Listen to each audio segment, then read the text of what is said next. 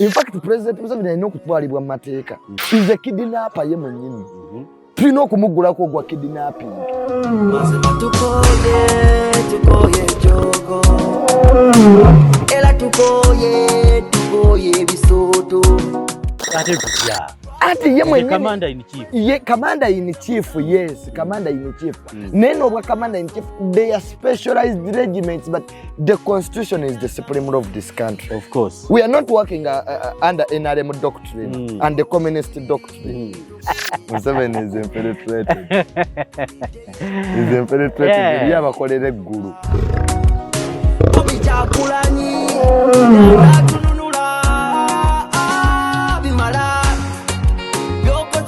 Mbaniriza nnyo. Yenze Kanka Kapita, yenze producer wa TM Online Television, era nze gw'owulira eno kutuusaako program eyitibwa Political Dose. Mutera okubeera mu ofiisi zammwe eyo ng'olina kikompyuta tekitambula, oluusi kibuguma, oluusi software yaggwako, nandi ki kompyuta yinza okuba ng'ekola bulungi naye ng'olina kiprinter kyekikulemesezza emirimu. Buli lw'okola omulimu oguweze mu printer eri olupapula, bwino avaayo agisiize oba bwino yaggwamu dda naye nga tokimanyi. Nkwanjulira Cyber House Technologies Limited, eno nga company yekuwa the best IT solutions. Yogerako n'aba Cyber House Technologies ng'oyitira ku namba z'essimu z'ojja okulaba kalango kano, oba oluusi osobola okunyiga mu simu yaawo oba ku kompyuta yo www.cyberhousetechnologies.ug. Osobola okubanga era oyagala kwongera ku security ya kitundu mwokolera oba gy'osula. Bano be bakafulu mu kusupplyinga, okumaintaininga n'okuservicinga CCTV cameras. Ate nga ne bw'oba oziguze bakuyamba ne bazikuteerayo bakiyita installation. So for all office solutions yogerako n'aba Cyber House Technologies. Ate mu printer bagenda wala buli kika kya printer ne copiers okugikuguza, okugiservicinga, okugimaintaininga yogerako ne Cyber House Technologies. Njogero bajjukizaako bwemba nkola Political Dose ntambula ne Haji Biyinzika ono musajja musomi wa dduwa anyamba nnyo kubanga mbatuusaako program zino. Yogerako ne Haji Biyinzika oyo gw'olaba ku screen ng'oyitira ku namba y'essimu eyo gy'olaba era ku screen mwogere ne Haji Biyinzika ku nsonga z'okusoma edduwa. Bannayuganda abaagala okukola emirimu gy'ebweru nabagamba funa omulimu ogwegasa oguliko akasente naye tosobola kugufuna nga toyinaamu skills kuyamba kufuna mulimo ogwegasa gwe bakusasula akasente akalungi. So kolagana ne Tiger Sharif ye ssenkaggale wa academy eyitibwa Roast Coffee Academy. Roast Coffee Academy eno eri mu Abu Dhabi ku luguudo olugenda ku airport oba giyite Airport Road okuliraana Al Wahida Mall. So Roast Coffee Academy bakutendeka mu barista skills, bakutendeka mu latte art skills, coffee profiling skills ne skills nyingi nnyo zonna nga zikwatagana ku coffee. Ate gwe munafu ali Uganda atasobola genda Abu Dhabi wano waliwo contact ye Uganda kopako enamba y'essimu ogibabuuze tusobola okutwala eri mu Abu Dhabi n'omala okuyiga. Ate ng'ekyenjawulo nti bw'obanga osomye ne Roast Coffee Academy basobola okubanga bakufunira omulimo. Roast Coffee Academy mugyeyunire musobole okufuna emirimu egiriko akasente.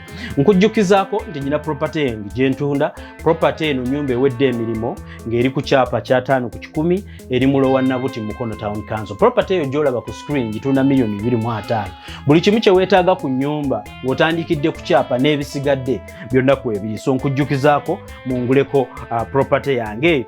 Sijja kubalwisaayo kamubuuzeeko ate tubeere nga tugenda sebo ogamba otya. Bannange ne nsanyufu okubeera ku TMO n'abagigoberera n'abagiraba tubeebaza nnyo neba gundi booleeta wano bagesti abasinga banyumira nnyo bawa opinion zaabwe oba ozaagadde n'otudonamu ebyamakulu ebitakuzimba n'obireka because yensi mwe tutambulira it's about opinion omuntu okuwa endowooza ye naawe ali eyo osobola okugenda wali webagamba comment naawe n'owandiikamu eyo there are people who are doing it and n'awandiika ye kyabadde alowooza nti ki kale ensi bwetyo bwetambula modern day n'omukisa kutie guba open bw'oba oyinawo ky'olina omutuufu engalabi yo gyesiga naawe osobola okujja n'okola ki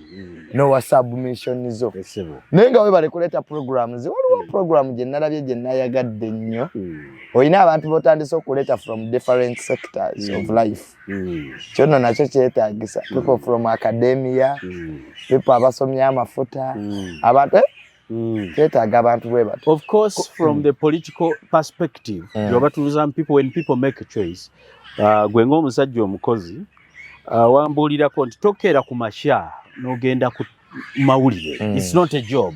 Someone should have something they are doing okusobola okubeezaawo obulamu. So tuba beatingirako nene ne tugula opportunities omuntu akitegeere kyasobola okusoma amafuta, omuntu akitegeere nti asobola okulongoosa education, asobola okuobtaininga a doctorate at 30, omuntu akitegeere ekyo. Doctor at 30. Well, it is good for the youth. You know, the youth in our country have lost hope. Unemployment is all over the whole world. But gali amawanga tegasinga okukola nti abantu baago abaana baago oba generation yaago yekkiririzaamu. Government esigale bateerawo okwekkirizaamu nti naawe osobola okwa. Otherwise Obama tebandifuza America. Of course. Ono Macron yawasa ticha wo nafuga Bufaransa myaka emeka. Ana kunka. Kikulaga nti generation zaabwe zisigala zikkiriza nti zisobola okubeera ekyo. Wabula mu Uganda you become frustrated even before you leave school. You have had a good an education system that you don't understand, which is not practical. Nti ogenda mu kifo omwana nga yasoma Makerere nenga amanyi pesa lya computer lyokka. Of course. Nenga aliwo omutunulya aina 70 mu computer science and technology kati simanyi science wa computer kyali awo. Kale ebintu bingi nnyo. In fact the government yabano kyetusinga oginenyaako nti ne bw'otunulira zi Kenya ebizibu ebimu ebiri wano birina amawanga ago.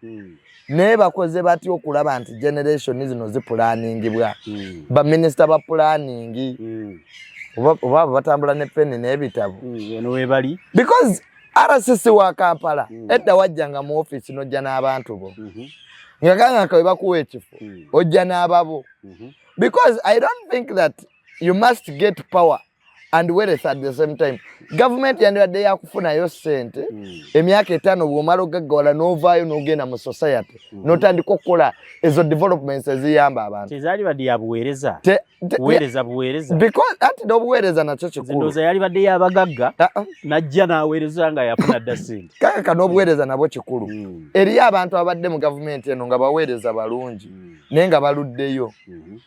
Okitegedde nti yes obuweereza kikulu naye omuntu bw'afunamu kasente nze tunidde kya economic money. If you get money get out of government n'omulala ajja akola ki. Naye wano wokka w'osanga ng'omuntu afunye sente nnyingi naye ng'asaasaanyiza amawanga g'ebweru. Agula bizimbe bweru tebabigula wano. Omanye ekyewuunyisa Mirundi n'amayumba gabe baba gazimbye bahayiringa kampuni z'ebweru. Tawa mwana wa kukyalo okukola kyennaga nti singa buli omu yali ajja n'ababe singa buli omu yali awo abali wano naye kampani ezisinga z'ebweru sente ebazibba bazisaasaanyiza bweru. Amayumba bagulaga bweru balina obusamambiro kate n'osanga balina real development estate ezirimu amagezi e Kenya. Nobabuza lwaki temubikola wano ne bagamba the future of this country is uncertain. Nabo tebamanyi kiddaku kakati n'olwekyo nekisigala nga beba police maker naye nabo tebamanyi kiddaku.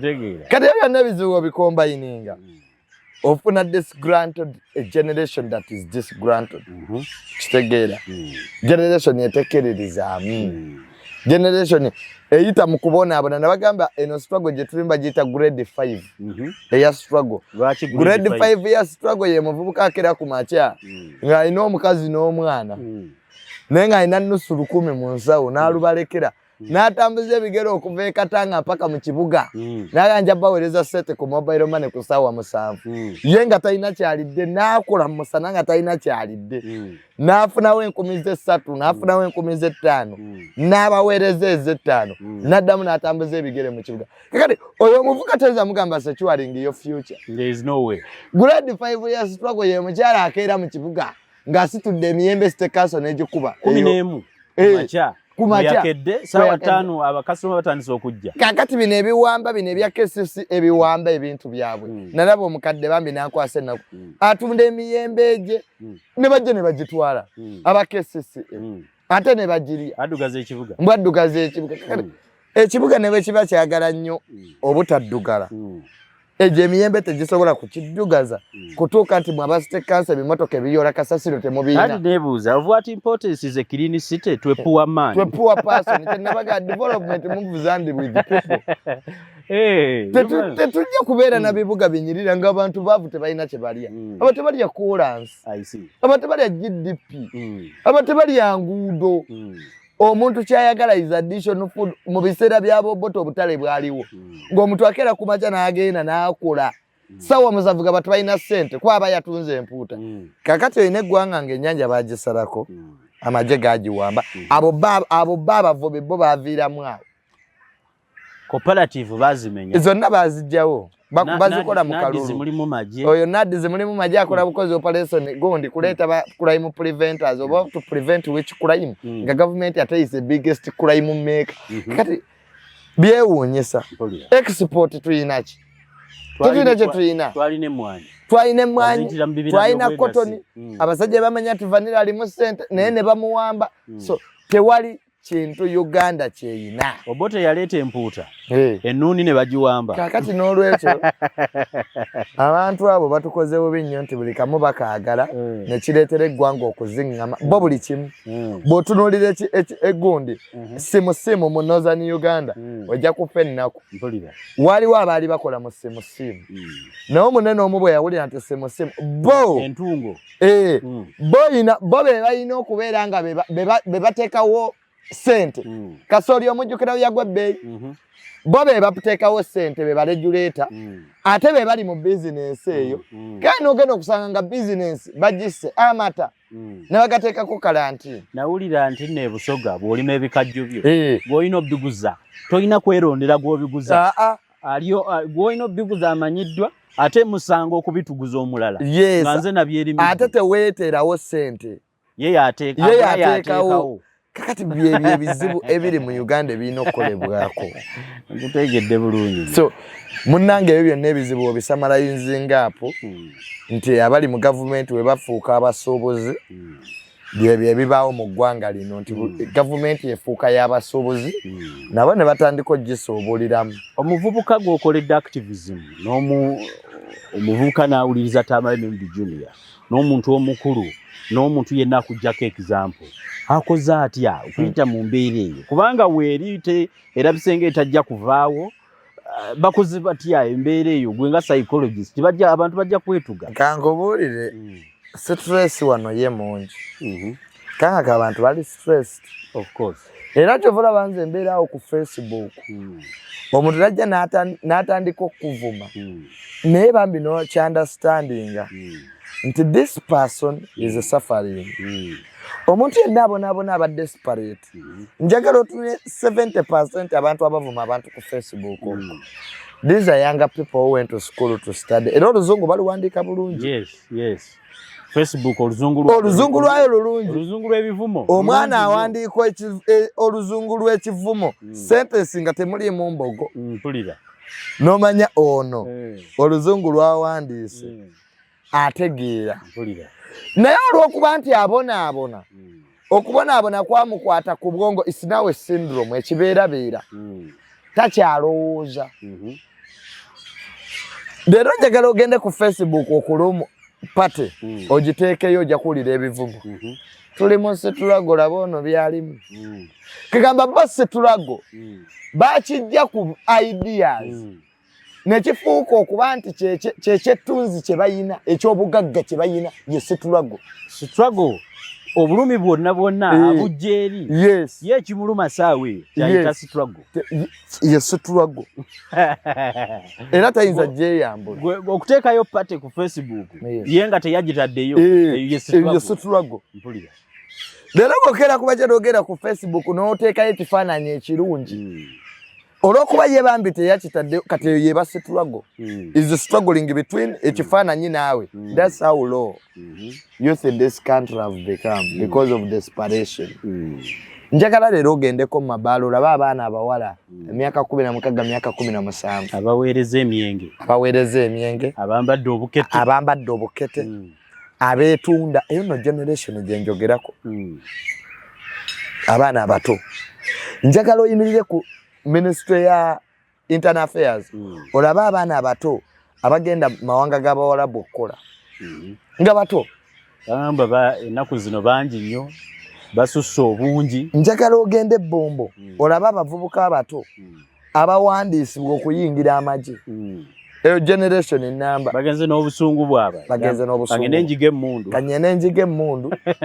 Nange mu situlwago yange nakozesa emmundu ate okutulugunya omulala. Mpulira. Kyovula nga abeero diyo beeyisanga we beeyisa. Ati ababbi b'ettaka bazibba na mmundu abavuga ennene bavugiramu emmundu n'alowooza nti bwe kiri. So generation yene egenze mu sectors ezitasalawo. Tebalwana abavubuka, tebalwana kutuula mu ministries, tebalwana kwa bali government bagiwamba omulimo gwa mwana wani. Kakati generation yene egenda kusanga ekizibu nti fa abagyogerera tujja kubanga abiyesu. Tujja kukomererwa bo abali mu struggle zaabwe betulwanirira be bajja tukomerera nga Yesu bwo mulaba yajja kuyamba Abayudaaya n'Abayudaaya be bamukomerera. Nagati yawe no si mwana wa Katonda gwatakola DNA lwaki wali owakana. Kakati n'olwekyo generation yaffe eggwanga lyaffe gye lyolekera tugenda kusanga ekizibu ekya intellectualism, ekizibu ekya reasoning, ekizibu ekyobutekkiririzaamu. Era ojja kusanga ebiseera ebingi ng'omwana amaze okusoma naye ng'omulimu gwakola si gwasaanidde okukola ate nga ataasoma gwasaanidde. So eggwanga bwe lituuka awo tuba twolekedde ekizibu ky'amaanyi era twolekedde okubonaabona okw'amaanyi. Kubanga okulwanisa Museveni kyangu. Museveni osobola omujjawo but Musevenism enkola ya Museveni enkola ye ey'emirimu waliwo institution ezaafa nga ziri mu Musevenism nga zeetaaga oggolola. Nga bwe beetaaga ogoba nga kitongole kiramba otandikira ku manager n'ogoba noga mu ddeeka ewaka oba n'okigirawo ddala olwa Musevenism. Nogati ekyo kiveewo nga kyamaliga nsimbi kitegeera bamanyire okutuuka ku mirimu. Omuntu wa gavumenti kasateeke kooti n'agamba sekuritale bagambe enzija era bu sekuritale butusumbuwa nnyo. Minisita wa kiki kyogenda omugamba ate bwe mba nabadde nzize kulaba ggwe lwaki ate mba ngenda okulaba oli kaba sekuritale ba gavumenti bamanyi bebafuuka banyinimu tebabaamu. Noga my friend I have come to talk to the minister. First time me what you are going to tell him how ate nze kulaba ggwe oli public servant. It is mandatory to see me whether I'm talking in nonsense. Gomanyiti abamini aba basajja bamini abobote bagendanga wansi. Diso wa UPC omumanyi gwe byo bamalanga ebizibu nga talinda RDC nga talinda diso talinda atogende wa minister kimalira waawe nyini. Of course Neka olw'okuba government ya President Musevenism institution zirimu baabwe ba minister kati nabo bateeka kooti wali n'emmotoka mu parking ate ku lwokuna lwakomokola olwo aba agenze bweru international duties n'omugamba lwaki tosooka na local duties nga tonnafuna ezakuteesa mu kifo ekyo nga tonnafuna international zebagenda okusaka sulaba ebyo bajjayo gamba kankaka byonna eggwanga lino lyakukaabira maziga. Naye bwe tubadde awo nga tunakola programu eno there has been a talk of the town. Of course I can't miss this talk of the town. Principal amwe akiri mu kibuga mukama amwe yaleese emmotoka engeri gye muliyo era n'abibuuza ggwe. I had the rumors circulating around so many things around Bobi Wine's new car that was a donation from supporters I hear from abroad. Please take me through these rumors. Kye kigenda maaso eyo kulira aliwo emmotoka eyazze mu Uganda mingo mutabanga mu mmotoka. Kanka kabomanyira nti eggwanga lino lifudde be bantu ababonaabona okuva ku nsonga enkulu. Omanyi gundi Stalin yagamba nti kambabuulire ba dictator engeri gye bafuga munaakwata enkoko n'agijjako ebyoyo omusayi ne gujja ate n'amaana akwata empeki z'akasoli n'agikanyugira nedda. Kati kankubuulire nze amwe risikiteeka saawagira bya mmotoka ebyo Ubani yajimuwa. And there are people who think that to give our opinions, we have become enemies, we are working for President Museveni. That's another class of people. And they are right to their opinions. I don't fall in that class. And if there is anybody who thinks that he will intimidate me, Kankaka, you have seen me long enough. I've been criticizing President Museveni. I forget Gwanga, my name is Ennyo. There is nobody atagenda kusikutuniya criticism. Of course. Everyone is subjected. Everybody in this country is subjected to criticism. Of course. And sometimes it may not even be criticism. Yes. It may be looked as a broad look at issues that people don't know. Bobi Wine alina right okufuna emmotoka. Era abadde n'amamotoka mangi ag'ebbeeyi. Because unlike other people, Bobi Wine ye muntu eyeekoledde. Nti sente zazikoze abantu bakola ki? Balaba. Bamuwadde akasente, bagenze mbivu. Akubye ebivulu bye. Alina section ebadde wagira music we for a very long time. So, sente za Bobi Wine tezikanga. Zibaddewo. Era mugagga. Because mu Uganda woba osobola okuliisa family yo ng'olina n'ewoosula. Ennaku zino bwe bayita obugagga. Ng'emmotoka yo tesika mafuta tesikira ku luguudo. Osobola okwebeezaawo, osobola okwambala obulungi. Bwe bayita obugagga kuba abayeekera. Bo be badetermininga ani afuna ssente gawula baba Brian White ani atafuna. That's why many of the rich people abali mu Uganda bataasoma, they are cronies of government officials. So what am I saying? Emmotoka teyandibadde debate mu kiseera kino. Tulina omusango gwe twakaluuzinga, tulina akalulu ke twakaluuzinga, tulina abantu abafiira mu Situlwago. So omuntu mulina mission gye mwayogerako, mission 220 gye tutaalaba. So omuntu yenna avaayo okwogera ku by'emmotoka eyo n'agiwa obudde naye aba yeewuunyisa. So Tamale, you're trying to tell me bw'otunuulira bw'oteeka ku minzaani the most important issues, it can't be the car. It can't be the car. That's not the most important issue right now. You see, unlike other people, me, I'm informed in this country. I know what is a priority. What is a priority for NOP? It's not a car. We have an election that we have lost. We have a court that we have a court case that you have withdrawn. We have withdrawn. We have over 500 people. Why you withdrew? We have over 500 people that are languishing in the prisons over the support of NOP. People who have been there for us. There are so many innocent Ugandans who are going through a lot of hardships that are still waiting for the plan of the opposition. Of course. So to me, Mirundi, a car cannot be even a scrutiny of debate. Whether Ahmad or unarmed, whether what, it remains a car. Of course. But what is the most? It's not the first car Bobi Wine has ever bought. But you find the whole society is changed into debating a car. And this is why Museveni is still ruling this country.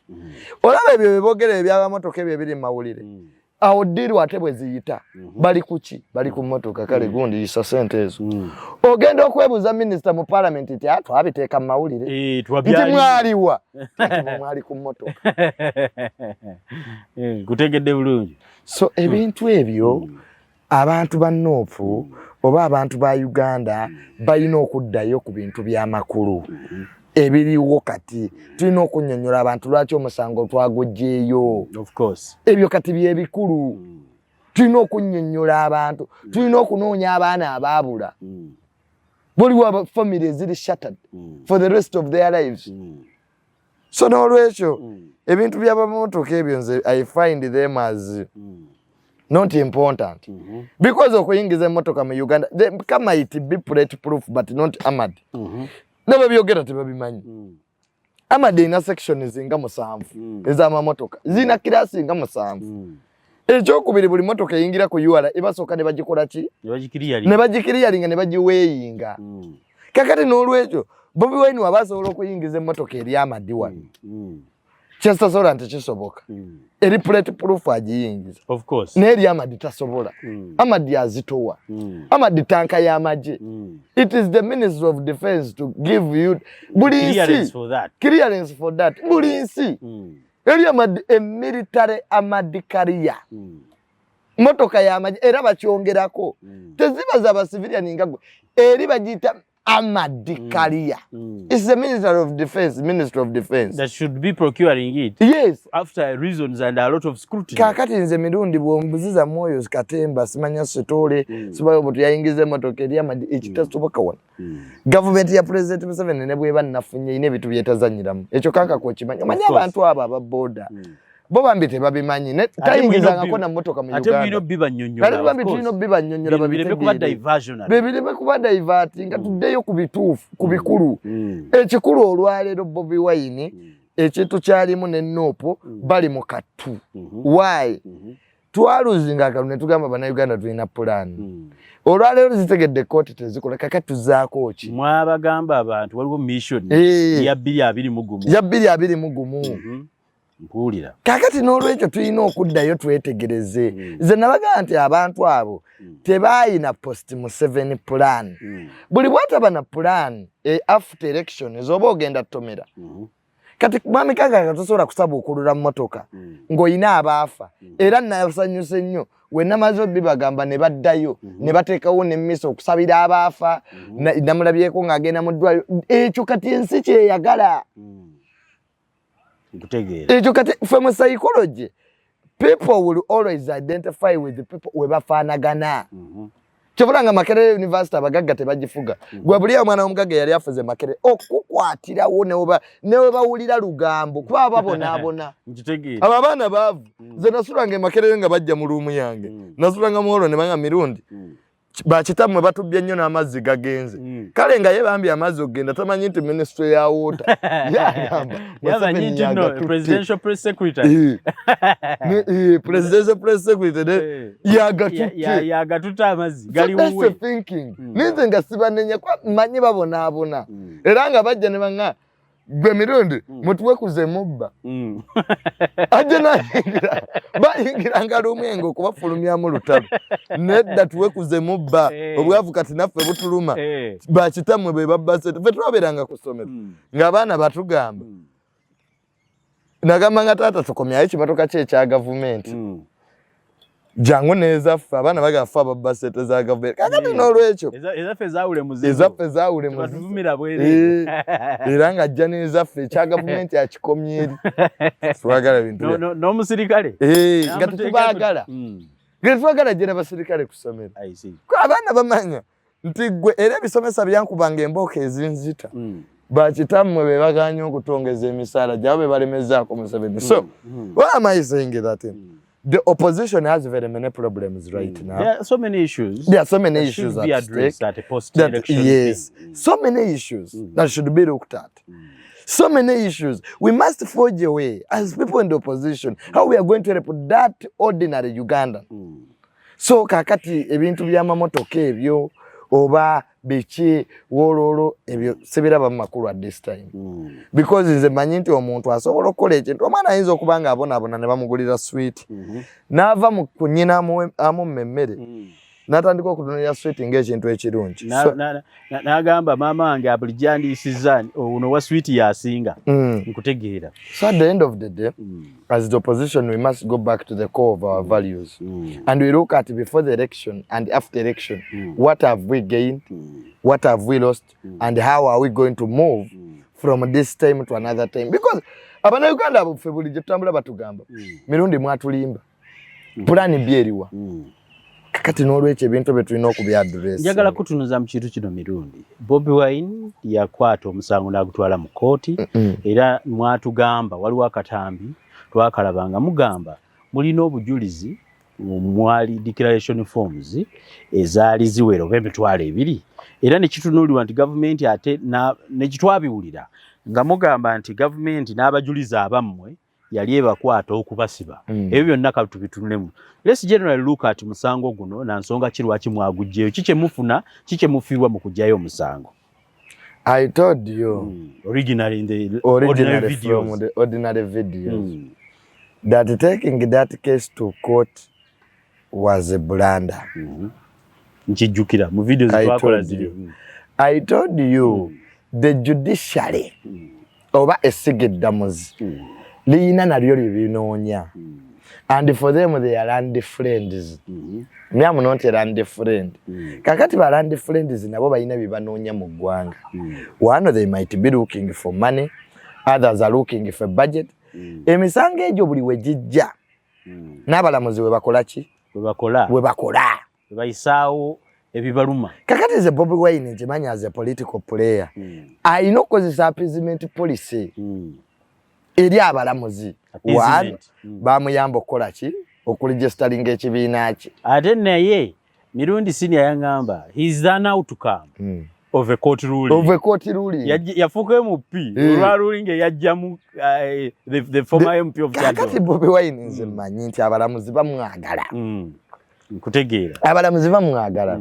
Badde bamukolera ebintu bye. Bamuyisizaamu ebintu bye. Abalamuzi abo bawaako abannopu bail ku mitwalo 10. Era abalamuzi Justice Sekana oba ye Sekano yatuwa ekibiina. He was under pressure. Because yali agenda okukola decision yagenda okukyusa ebyobufuzi bya Uganda fundamentally. Kakati abalamuzi nze judiciary njimanyi. Nti judiciary as a sector yayagala nnyo Bobi Wine. Kakati n'olwekyo Bobi Wine wadde yakiraba nti kwa ensobi wevaawa gye ngamba yali tajja kufunayo mazima na bwenkanya. Nga naye akimanyi. Era mu ntandikwa yabagamba nti sitwala musango guno kufuna mazima na bwenkanya. Nenjagala ku exposinga court yali alimba. Mpulira. Yali talina ngeri gyakibagala nti naffe nga bwe babadde batuyisizaamu ebyaffe naffe ke tubatwalire balye katubawekeyo kakeesi era balooya bonna mu kibuga basanyufu.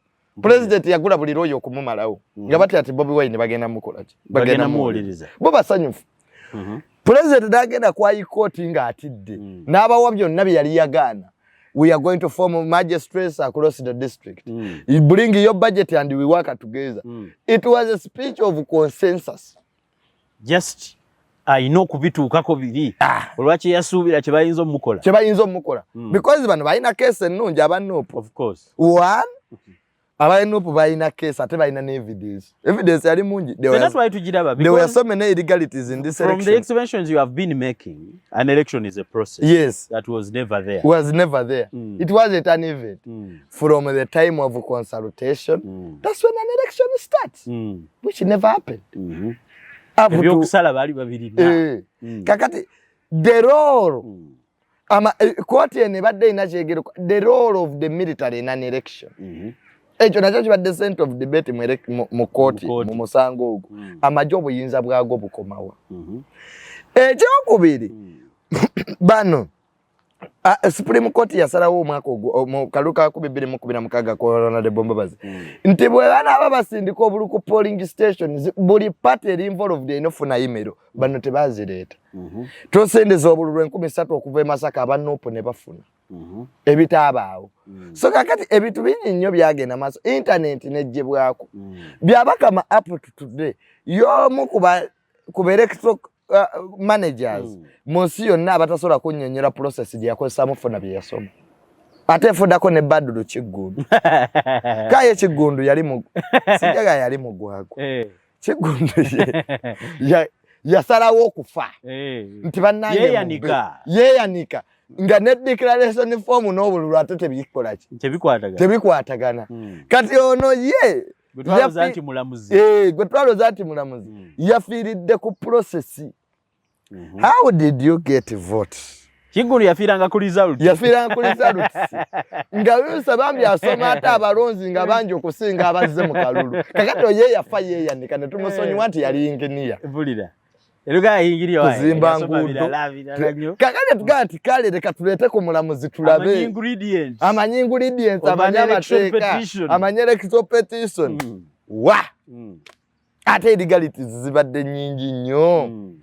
Omulamuzi talina kye yakola. Omulamuzi talina kye. Bale bamugamba nti babonyaabonya Bobi Wine bamukuba amasasi naga ati tiyamulabye ku DSTV. Kati omulamuzi natuga ati yetali ku DSTV. Kakati how can you manage a modern direction? Nga toli ku media. No, because now media is no kirizo obalo obululu. Babukuweereze watali internet. Watali internet.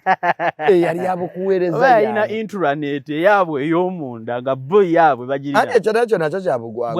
Naye ne bwaba yali badde nayo. Balodonize Makerere bagamba. Technology must be ba stakeholders. Balina okutuula bateese ku technology ya kigwe tugenda okukozesa. Si government yena okutusalirawo yokka. Of course. Mu bululu buli obwakinaana obwaki internet yaliko. But there were methods that were credible. That Ugandans had accepted. Ngokozesa poster. Olute bwagereranga mu poster. Bwagereranga mu basi za poster. Mu basi za poster, sorry. Bazisomba. Poster nebeera ya muggundu. Kakati n'olwekyo ekyo kyennyini. Kakati n'olwekyo omusango ogwo nagamba affidavits abazisayininga bakwatibwa. Drones zizaabakwata. Abamu abakuma akaluka Bobi Wine bali makomera, which we accept. Ennaku 15 Bobi Wine zebamu yali wenga bamusibye. Nawe n'obanga oli kooti osobola okutegeera nti omuntu ono babadde bamusibye. Kakati ate bakola ekyobusiru ne babuuza nti nedda ate Bobi Wine yaliko obujulizi yekka. No. The arrest of Bobi Wine was a disorganization card for the state. Bobi Wine bw'aba taliiwo ekibiina kyakifuga nga communist. Nti unlike other parties, Bobi Wine has to be there to decide. I don't know what Boba Kibala bati. There is nobody ayimiridde mu bigere bya Bobi Wine. Museveni bw'atabaawo mbabazikane. Can take over. Chigongo can share the meeting. But in Nopo they still want babulwamu abantu abo who can authoritatively stand up and say this is what we are. The party is young. It's just a 3 months party. But the party is young, but the poor they are old. The people, the key players have been there for some time. They have been there for some time. They know how DP used to operate. These are not new people on the block. They know so many things. So what am I saying is that Nopo kyefirwa musango ogwo nti Bobi Wine talina nnyo kyafiiriddwa. One, nze ntya nnyo judiciary okuganyinga apo. Nalabe Kanyehamba ng'ayogeza busungu. Bobi Wine yajja ewange ne mu consultinga namukubira amasimu ge nga takyagakwata, which is not good. Nti you will need Kanyehamba next time or an equivalent of Kanyehamba. Maybe Bobi Wine, because he's busy, he didn't take a leave to know that Kanyehamba was calling. But the delegation in Nopo must go back to Kanyehamba. There are people here we respect. Abantu abalina integrity. Abantu betu respecting. So Nopo should go back to Kanyehamba. So the whole case nga bw'ogiraba bweti nti judiciary bo basanyufu bafuna sente zaabwe. President bye yabasuubiza. A video was linked. Ngono $1 against the State House. I hear even the video footage of them, the judiciary leaving the State House, was leaked from direct CCTVs controlled by the police. Okitegeera. Kakati ekyo kyokka kanka kakiraga nti Bobi Wine ali mu institution za government. Museveni yatugamba nti Bobi Wine ya infiltrating netuwakana. Bobi Wine has brought a bulletproof car in the country. Kiriad. Security omanyi waliwo ameni yali yawere olusoga. Balumba Uganda abayisirayiri. Omusajja yali asoma olusoga naye naga balumbye Uganda ng'amini ali kumana nga tamanyi. Kakati ate yamini yakiwulira bubi. Kakati Bobi Wine waba aleese emmotoka eyo nga security oba bagamba eri kumana. Kakati Bobi Wine bw'aba asobodde okufuna CCTV videos ez'abalamuzi nga bagenze kwaliko n'akagamba State House Junction. Museveni is infiltrated. Is infiltrated. Yabakolera eggulu. Njagala kubuuza. So what do you lose? What is it that people power loses when you withdraw a case? Abavubuka abo abali mu people power. It is costs. People power will pay the costs. Secondly, the case ceases to be between Museveni and Bobi Wine. It becomes the case of the country. Musango gwa ggwanga. Era Bobi Wine yaguzza mu bantu. Kakati n'ekyokubiri ky'olina okumanya nti kooti ate naye emala kukkiriza nti naffe tukkiriza ukole ki guveeyo so togenda bukeezi kumakya n'okola ki n'ogujjayo but nze nkugambye nti walabika waliwo consensus wakati wa judiciary ne NUP bano bwe bamaze okufuna ebyabwe n'aguzza gye gulina okuba from the start gwalina kuba mu bantu kati gwe mwami Kakaka oli wa ddembe okutuula ne munno mu kati ne muguyitaayitamu ne mugana naye Mirundi Junior mbulira kakati obululu obwo bwe yasoma yabujjawa kakati yo internet lwaki yagijjako ate n'amala n'agizzaako kakati yali atulumbye yagenda kakati n'olwekyo ba polling agents emitwalo emeka tegirabika declaration forms kakati n'olwekyo ba polling agents baffe abasinga obungi bakwatibwa ku lunaku olwo so yagubalekedde n'agujja mu elitism kwaba eliti abo bazebu ate abannayuganda gwe kankubuulire abannayuganda ebintu by'omusango bibabuzaabuza Article 17 of the Constitution versus Article 19 of the bagala kisembayo bo baagala ekintu kimu ani awangudde tobabuulira ebyo byakasasiro ebyo mwambala ebintu byammwe ebyo byabyendiga kakati Bobi Wine yamanya abantu be tebabitegeera kati ye kaaguzze mu bakinjaji kaaguzze mu bavuzi ba boda kaaguzze bagusale mpulira wewali amaanyi ge Escobar Colombia yayina kooti ezize nga womubba takutwala mu za gavumenti nedda inezize kakati bo abantu ke bagusale nti akalulu kaabwe kakola ki kabbibwa oba tekabbibwa wewali amaanyi ge Machiveria ga if you find that the institutions are infiltrated resort to the people. I see.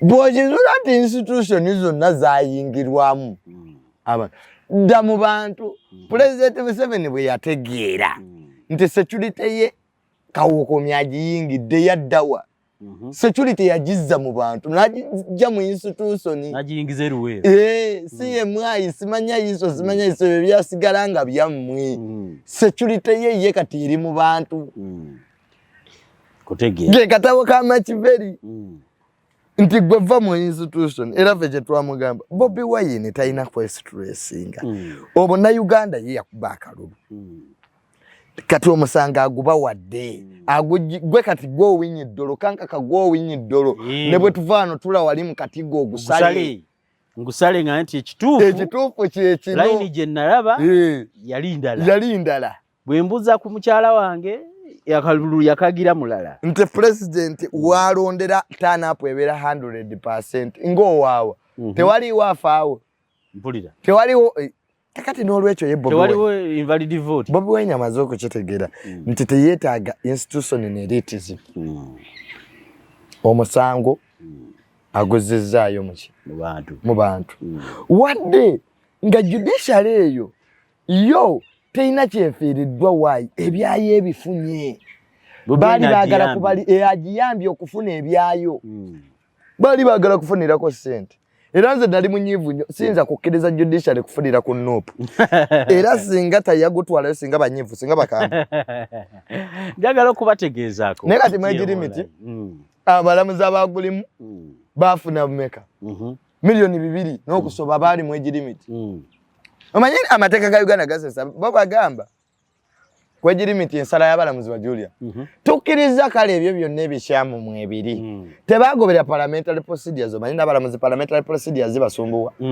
abamu because most of them are grounded in criminality kusala jankoko kati owinyi ddolo oyo chief justice mulungi mu criminal law naye si mu constitutionalism kusala jankoko ani yabbye ebibira yawo mulungi mu ekyo kakati n'olwekyo baba na muzibwa gara tukiriza bakubbye naye bwe tujjako buli bona nawe yatubye ne tubugatta care off wangula kati ate banzibye ate okikkiriza banzibye nze badde njagala okkiriza nti banzibye biri sooka obireka okkiriza nekotiza Uganda let's first deal with the theft naffe tukkiriza bakubbi naye bwe bakubyewo nawe tubugattako owangula aya nolwekyo era ne mu parliament baga tukkiriza etteeka abalamuzi baalireeta ababaka baalireeta bubi naye tufunemu ekirungi kati ezo kkooti olina okuzidduka oguzeeyo mu bantu. Nkutegedde bulungi. Tamale Mirundi Junior, we are here analyzing the current situation and basically drawing examples from the national unity platform and political activism of the youth. Njagala okutunuuliza Tamale. Ezo zonna issues zibaddewo. Muyina abantu bammwe abawambibwa drone Museveni n'akera ku makya ne banne ne bagaa ffe tubalina nalwe issue yaveeyo mu State House nannyonnyola nti government yekola ki ebalina as abantu bano did you get an explanation of where these people are and why they are in courts and what is going to happen next? That is not constitutional. You see the biggest problem of this country tulina ekintu kye twereetedde ekibi buli muntu waazalawo amateeka n'azannyisa etteeka etteeka teryogera naye naye waliwo ekiseera w'oliyagala olifune w'olirinoonya nga toliraba abasajja ba Amini baatigomya ensi naye abasinga obungi nabo baanoonya amateeka nga banoonya obwekanya nga tebabulaba baali batabugaba Rwanda mu genocide abatta abantu olwali tebaliyo mu kkooti nabo banoonya bweki banoonya etteeka lye baamenya lyennyini ono gwe baasalidde mu M.i.S.O emisango 5 mu Meko ne yasibanga abantu n'ekkoni ne bakola ki ne batta abantu naye yanoonyezaako ku bwenkanya nga takola ki atabulaba kaka tewaliyo nsi pulezidenti w'eggwanga bw'aleeta abanyozi b'ebisakiro bakomanda okuva e Somalia poliisi enoonya abawamba abantu n'amagye pulezidenti agati temubanoonya nze yaleeta abanyozi b'ebisakiro nze abayina n'amanya yagasoma n'emmotoka ezo nzimanyi n'amannya ge gano bennina gundi kankaka nti yabasoma Kayemba tomunoonya Kavuma tomunoonya tugenze ne ku poliisi eriranyeewo okulipooti totawaana nze mwennyini naleeta abanyozi b'ebisakiro bakomando nze abaduumira kakati bw'otuuka mu kiseera nga president the fountain of honor the presidency as an institution which undermines laws eggwanga liba lyeyo nti obukulembeze because the presidency is an institution the fountain of what honor kakati nolwekyo bw'osanga nga president Museveni what is the normal procedure nze siwagirangako buzi bwa misango era siri wano government tekwata bazzi ba misango but there are normal procedures. Our constitution clearly stipulates that the police is the only organ that is allowed to arrest any individual. Not the army, not CMI, not counter-terrorism. The president should not come up with a list. Yes. That I'm the one having that's not his role. Fountain of honor is here. And that's not his role. In his roles, there is not that President Museveni ajja kuduumira abanyozi b'ebisakiro. Bajje bakwata abantu. Ayingiridde Obukulembeze institution buyina emirimu gyabwo era nga we stipulatingira mu constitution okitegedde kutegeera in fact President Museveni alina okutwalibwa mu mateeka ayina ekibinja ekitamanyikiddwa mu mateeka ekiwamba abantu is a kidnapper ye mwennyini tulina okumuggulako ogwa kidnapping ate tutya ati ye mwennyini commander in chief commander in chief yes commander in chief neno obwa commander in chief they are specialized regiments but the constitution is the supreme law of this country. Of course we are not working under NRM doctrine and the communist doctrine we should respect rule of law kale byonna bituleme ne rule of law tujige police singa yekwata abaana bano Kaka, before you arrest me, you come and arrest me broad daylight. That Mr. Mirundi, yes, we want to arrest you because of A. We saw you in the police cameras lighting tires. Tires. So you are here to answer charges. Here to answer charges. then I move to the police station. And when I move to the police station, I still remain with my rights because I'm not apprehended by court. Everybody should pass through court.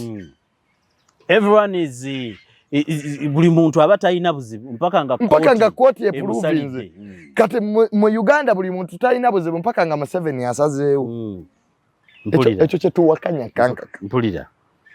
So generally bw'otunuulira njagala kuzzaayo wali. Lwaki Museveni alina okuvunaanibwa nga kidnapper? Anti nkubuulidde nti mu constitution ffenna yeetugoverning. The powers of the president. President tayina buyinza bukwata. You cannot be a judge, a prosecutor. At the same time nga apprehending omuntu. Gwamunona, gwamusalira, gwamukuba, gwamutta. Ebyo byonna president byalaga videos abantu nti bano tubafunye criminality biki. It is good to show the public. Let's say you have the evidence. Yes, you have the evidence. Present them to court. Then send them to court. Leave them with their rights. Leave them with their rights. Of talking to their relatives. Yes. Talking to their lawyers. Families know where because they are not apprehended by court. Ekyo kye tuwakanya kyokka. They are not guilty. They are not guilty until proved. Kakati wano, you are not guilty until Museveni proves. I see. This is wrong. Kakati president, kakati webakera kumacha, nga ekyo ekibinja kyeyagamba si kye kyenkutte, nga element endala yenkutte ne banzita. Of course njagamba Museveni yakolera. Bw'egamba Museveni yatusse. Museveni, His Excellency, is bringing more trouble to himself. Because one, second, emmotoka za drone zikwata ddi abantu. It is only government cars. When were drones gazetted? To be used by security agencies. Kakati netulaketa naye bwe najjanga bagikoze naye basajja mmwe. You people, mwe basajja mmwe. Bwe mba mukoyo okufuga mudde mulunde ente zammwe. Temugenda kwonoona ggwanga bwe muti. Omanyi nti abantu drone kati batozirinya. Otta bizinensi z'abalala. Of course. Zibadde zikutta akatale, abantu ba taxi bavuga bulungi zitambula. You people in government, if you are tired, go and rear your cattle on your farms. Nobody will persecute you from there. Neto sobola kugamba nti omuntu alese emmotoka etali gazetted. Akutta omuntu. Ate namala n'akyogera after a public outcry. Sigamba nti yakyogera officially kinaakolebwa. After a public outcry nti nze mbalina. N'asoma n'amannya. Naga nti temubanoonya nze mwennyini naleeta abanyozi b'ebisakiro. Commandos. Kati president yawamba baki? Abantu be. So the procedure is wrong. That's what we are saying. That every Ugandan deserves the right. Just the way you are saying President Museveni has a problem. Just the way you want to prove to criminalize people, power supporters. But you must prove it to court. Of course. Even there are people in the NRM who have victimized us. There are people in the security agencies who have killed the people. Who have killed the people. LDU has killed over 20 people before they were taken back to refresher courses. But as a country, we had to sit down and find out the problem. But very many innocent people have been lost in the hands of state agencies. Of avoidable errors. So, Mami Kankaka, we cannot rule a country like that. We cannot run a country like that, where the president, ate mwenyini yamenya mateka. You have to prove. Neto sora kwata mundu nojisa kubobi wa inate nebulanga kondo. Kati Court-Tamale ne yafuka. Court-Tamale yawandikidde baluwa president Museveni oba bati akayihula. Because he had promised abantu b'ekisolo. Nti kayihula nyenda muta. Kati eba court ya Museveni. A court must be independent. NCDF yamuwandikidde baluwa sema president ono tumutte. Kaki ekitegeeza ne bemukwata mumala kumwebuuzaako. Bonna batanagamba nti baveeyo. Tebavaayo. Kakati n'olwekyo, it is bad for the judiciary. It is bad for the rule of law in this country. But that same incident can happen to NRM supporters. Of course. They will need the law to exonerate them in the future. Yes. They will not get the justice. They will not get the justice. Because they misused the law. Because they misused the law. And that same thing can happen to NRM supporter. A drone can come, used by third force, and eliminate you. Because now we don't know who is who. NRM, bamututte. Atoba drone zammwe. Atoba drone zammwe. How did Magala die? Si buli omuntu nno, buli omu asobola okugula drone. Mulina eggwanga. Buli omu asobola okugula drone mpitirivu. Kakati ogijjako bujja namba plate ng'okasuka wali ng'owamba omuntu.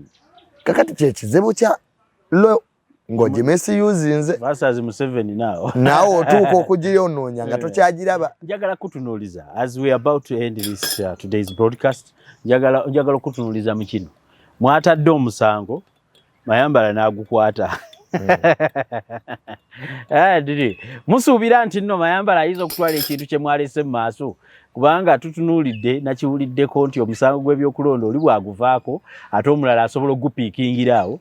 Twawulidde nti nno munnammwe bwe mwavuganya mwenna n'afunamuko bwe yafuna obululu Mayambala omusango kati yagupiikinze. Kikyolaba mu Mayambala okupiikinga omusango gwe mwasudde mu kkooti? Dembe lye. Jazola kigaana. Waliwo kati ojja kusanga ne section of judiciary naye kyagwagala yenna byeyagala okugyamu. Waliwo ebitanagguka. Waliwo byebatannafuna because judiciary is a sector. Ekintu bw'okiraba n'abalala si bwe bakiraba. Kati badodoniza obutajja banyooma nnyo Bobi Wine. Kubanga the problem of Western lawyers, abantu aba very West, they tend to believe nti be bagezi bokka. Babazi bwaleeta ogwabwe bajja ne badduka. Tulanga omusango gwa Babazi gwali gw'amaanyi nnyo. Bwekikwata ku beewaabwe, that's their problem. Bajja badduka. Bwe kituuka ku Bobi Wine, that's the problem of Western lawyers. Abo abava eyo. They have knowledgeable people, they are good people, ne baleberamu kali akeewaabwe. Agalooza nti buli omu mupakasi waabwe yajja kulunda nte ku faamu zaabwe. So kakati n'olwekyo nti ojja kusanga ng'oyo tolaba bamabirizi. Era ne bamabirizi bajja kujja. Those are scavengers, political scavengers. After powers fighting, then they are used by a certain force. They eat the debris of the remainders. Be bamabirizi. Kakati ojja kubasanga nabo bazze balina bye banoonyaamu ate era mu judiciary olwa interest eziba ziriwo. So kakati ebyo ate bisede bisiga bakozesebwa sawa ya busuubuzi. Sawa ya busuubuzi. So sikiraba munnyo oba okugukwata it is his right era nga looyo omulala but ffe ogwa ffe twagugyeyo ne tuguza mu bantu. Nkutegedde bulungi. Is there any few words you'd like to tell the community nga tumaliriza broadcast y'olwaleero? Yes. One thing I want to tell people power supporters, a section of people power supporters, stop abusing people. That thing will hurt, and stop abusing people who are in the struggle. One thing that you should know about this country will be ruled on consensus. Whether you are who, we must reach a consensus. We are not going to build a monarchy here. Okay? That when people don't support Bobi Wine, they should be abused. That's the wrong mentality. And may I tell people the truth, whether you love me, whether you like me, whether you don't like me, I don't give a damn. I'm past that. You must reach a consensus. The things that we come to say here, we risk so many things, we risk our lives, we risk our... And there are so many people who are appreciative. There are so many people out there who have supported the struggle and continue supporting the struggle. Continue supporting the struggle. I lost the other number of mine. My new number is 070 96 40 15 1. People would want to reach you? People would want to reach me. 070 96 40 15 1. That is my new number. Continue supporting the struggle. Don't lose hope. Everywhere countries that have been liberated, people continue to push for the rights of their children. It's a continuous struggle. It is a continuous struggle. Elections don't determine the struggle. They don't. We have seen Beniberas who have fallen down after 2 years. We have seen leaders, powerful leaders, going out of power. the Laurent Gbagbo's. The good thing that Bobi Wine has done to this country, he has brought the international community into our politics. Of course. And that's a good trend. You see President Museveni meeting European Union. You see European Union asking for accountability. We saw spokespeople of the Western, especially the USA, commenting about Ugandan politics and trying to find justice within. And the other day, the ambassador of the American embassy was refused by security agencies to go and access Bobi Wine. If the American ambassador can take a leave to leave our office to go and see Bobi Wine, what about the Ugandan, the original Ugandan? That is a responsibility that we are supposed to take. That is it is a continuation. So instead of people abusing everyone, let them concentrate on continuing to push on things that matter to the struggle. And secondly, if you don't disagree, if you don't agree with anybody, for us, President Museveni didn't steal my land. Vis-a-vis who leads the country, I will never go out of this country. For us, we are supporting Bobi Wine. Bobi Wine tatuwa sente. Tufina sente za tumwagalako. But abantu emiliyoni 3. Government is yamuwa kati yongerako bilize miliyoni 5. Siba siru. Okuvayo ne bawagira omuntu. But Bobi Wine bamuwagira kuki out of sympathy. Nakubuuza Bobi Wine bazze bamukwata. Golaba yavuma. Babavuma z'abasumba teyaddayo baga ne yehambulinga. Abalowoozanga nga waliwo n'ebigambo ebiyita mbutaddamu yadde okulya akagadi ositi ya mukyaki musajja oyo alimuteerako obutwa yagenda n'asembera n'okusembera yaddayo n'asembera. What is Bobi Wine telling you? That this country will be ruled on consensus. Kakati mwabavuma abantu mwewala okuvuma abantu ababawagira abanopo mwina abantu batini nupo ina abogezi batini ababana tebamanyi kitegeeza kudda wano n'otandika kwogera bintu bituufu mu kamera eno. Tebamanyi baana bali kitalya babonaabona. Kuona alinnye ekitalya bona ategeera nti basajja tebaagala kumanya. Abaana abafudde mu sitwagendo tebamanyi. Do you know kaka that there are people who are lame for the rest of their lives nga baagongo badde. Nina omwana gwe nasanga. Omanyi nze and like my family members nze nina ekisa. Sagala nnyo kulaba abantu nga babonaabona. Kinnuma. Personality trait bagita agreeableness in psychology. Until you lose your own interest for the interest of the many. Kakati abanopu bayina obuzibu bumu. They always want to use blackmail on even people who support them. That one is a Museveni spy. Are you the one who tells Bobi Wine Museveni spies? You think Bobi Wine doesn't know the spies, that this is a spy and this one is not a spy? I think he has survived for a long time and he must have that knowledge. So the politics of blackmail, the politics of anticipation, it shows that you don't have content. It shows that you don't have what to say. Otherwise, I would have come here and empire Museveni. Museveni yakoze kino. Museveni fetuli ku mateeka we debate those. Okweyawula muki mubali. Because if tulina kirasi y'abantu etuwuliriza. So the general information to all people that are there is to struggle jijemu okuvuma n'okuwaayira. Jijemu okuvuma buli omu. Tusobole continuinga n'ebigenda. N'ebigenda maaso. Kutegeera. Kubanga oli mukama wammwe gwe muvumira ate abantu abamu abeetaaga. Of course. Abasinga obungi kyagale kigaana abeetaaga. Bobi Wine tasobola kufuga eggwanga lino yekka nga liri empute.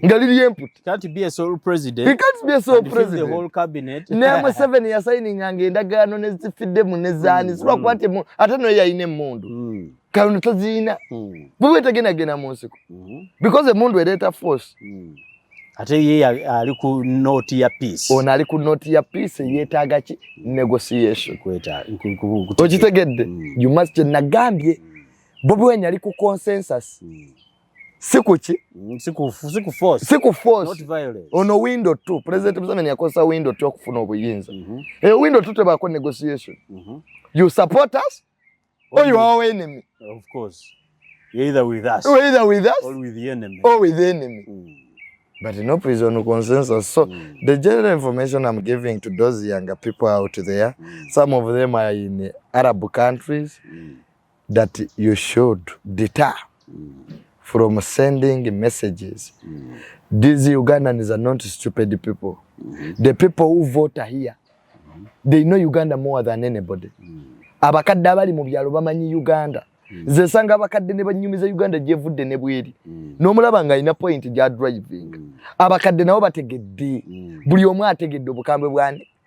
Teri omwe mwami kakaka mu kiseera kino omuntu goyina ku supporting nga ddala ategeera akeera ku makyana ali emmere. N'omuga ati government yeno ekyayina kyesobola okukola. Nga nabo bennyini abagirimu tebamanyi kiddako. So the general information, continue supporting NOP, but with the responsibility and knowing that we are ruling this country one on negotiation and consensus, not on who is our enemy. You are either with us, because people can live the struggle. And what are you going to do? Nothing. Except a few social media insults. And life will move on. So some of those people, but some of them are used by the government. Painting ekifaananyi yabayaga. So mwebale nnyo osobola okunfunirako nnamba eyo. We keep up the discussion. Nebaza nnyo abagenza okulaba abaana baffe ne M.i.S.O yabadde okusabira abaana abo. Musobola okutusindikira message ku simu yange eyo n'otubulira. Tulina abaana bangi betutamanyi. Mukaluka Semogere ekyasinga omwagaza yayina tiimu eyanoonyanga. Kwa Kaluka Semogere kali violent n'okusinga kano. Naye yanoonya abaana nga tiimu egenda. Nga ba MP b'ebitundu byaffe aba Nuupu singa bali mu kiseera kya Semogere nga babuuza mu kitundu kyange kino bameka be baatwala. Eba ne Semogere yanoonya abantu. Fere tugati babuyanyazeeyo abaana ku ssomero kitakisobola. Kuba buli kalunaaka abeesijja abantu bazze bafeera nga bawambibwa. Need the ability to look for our friends who have supported us. It is our sole responsibility. Of course. It's been me wano Kanka Kapita Tamale Mirundi Junior mutabani wa Mmole. Muzzukulu wa Mmole n'abatovu Mirundi mutabani wa Tamale Mirundi Senior. Tubadde we look into the insights of what is happening around. He's a people power activity psychologist. He's a businessman who does tours and travel. Atera, someone who has some inspiration to you who are watching these videos. Basabi okubeera nga musharinga content wa TM Online Television. Basibudde.